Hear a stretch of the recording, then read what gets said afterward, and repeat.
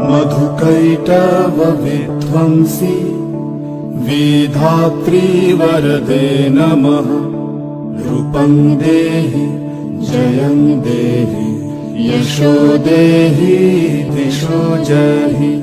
महिषासुरनिर्णाशि भक्तानां सुखदे नमः। रूपं देहि जयं देहि यशो देहि दिशो जहि।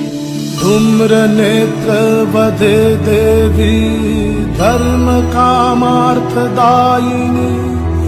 रूपं देहि जयं देहि यशो देहि दिशो जहि।